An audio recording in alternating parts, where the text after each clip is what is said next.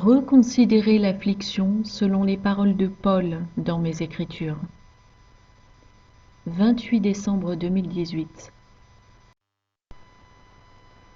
Paroles reçues de l'Esprit par Loïs Vogelcharp, traduite et lue par Justine. Le mouvement de foi qui nous a été enseigné il y a des années est un mensonge. Il vous fait vous sentir coupable quand vous souffrez ou quand vous êtes attaqué par l'ennemi, alors qu'en fait, la parole nous dit de le considérer comme une joie lorsque nous traversons des épreuves et tribulations. On nous a dit que c'était un manque de foi si nous souffrions, alors que Paul s'est trouvé avoir un ange de Satan qui le malmenait, et les martyrs sont ceux qui sont bénis dans les cieux, car ils ont été mis à mort pour le nom de Jésus. On montre du doigt les prophètes qui sont retournés à la maison prématurément, car on pense qu'ils ont dû faire quelque chose de mal, alors que les apôtres ont tous été mis à mort pour le nom de Jésus. Et le seul qui a vécu jusqu'à un âge avancé est Jean, qui a terminé à Patmos, une île réservée aux criminels. Les apôtres ont été battus, jetés en prison, ils ont été lapidés et persécutés. Ils ont subi des pertes et ont souffert de la faim.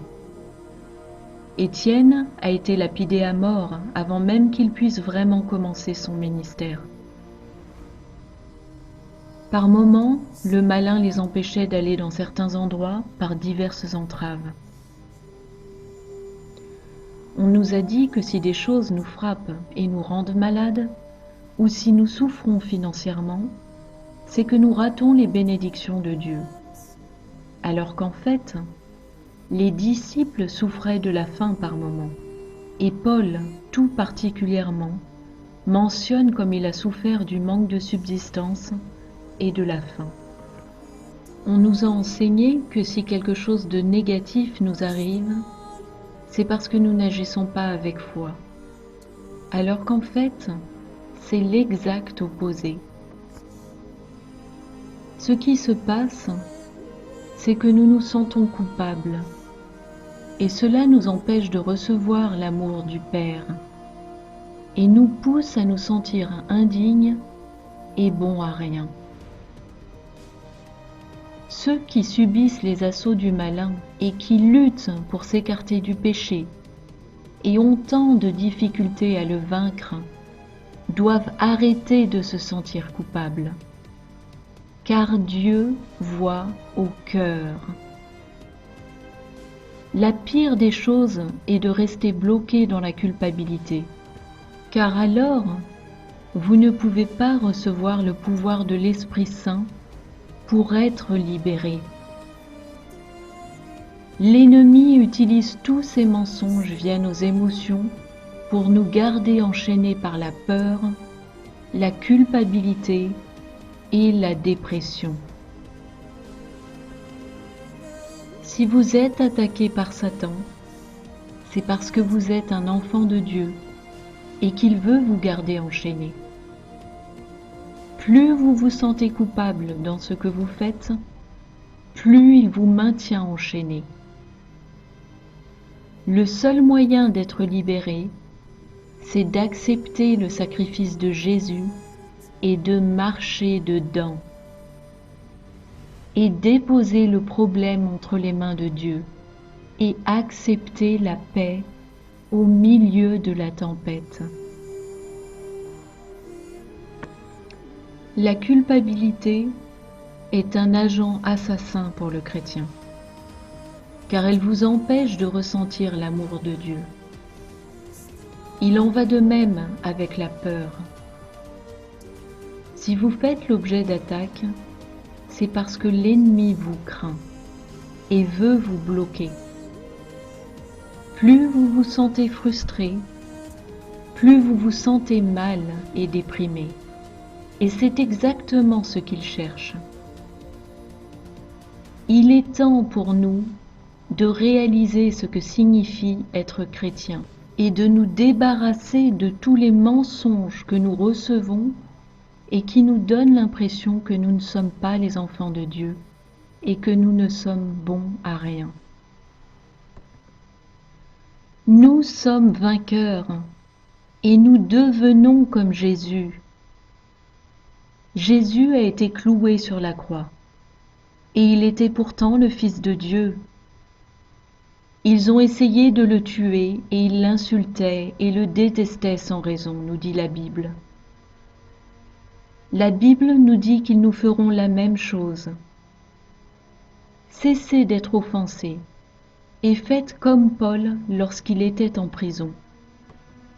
Il s'est réjoui et a remercié Dieu de l'avoir jugé digne de souffrir. Les saints qui ont été mis à mort en martyrs, et ceux qui le seront, sont bénis, et ils tiennent une place spéciale au paradis.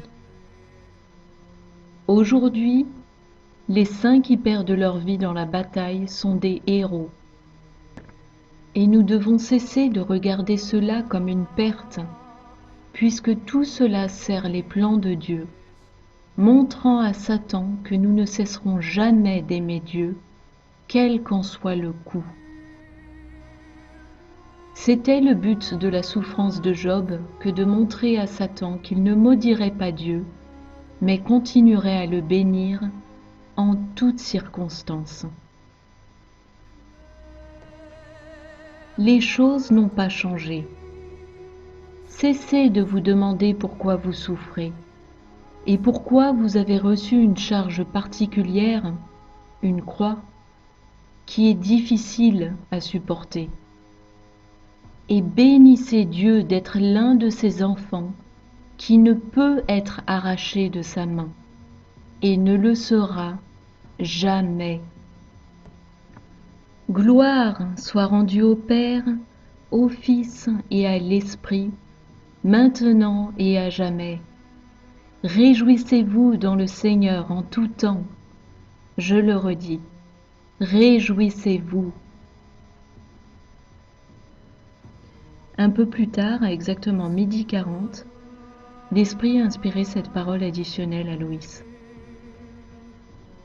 Lorsque nous prions au nom de Jésus, nous devons être dans le nom de Jésus, selon son esprit et dans sa volonté.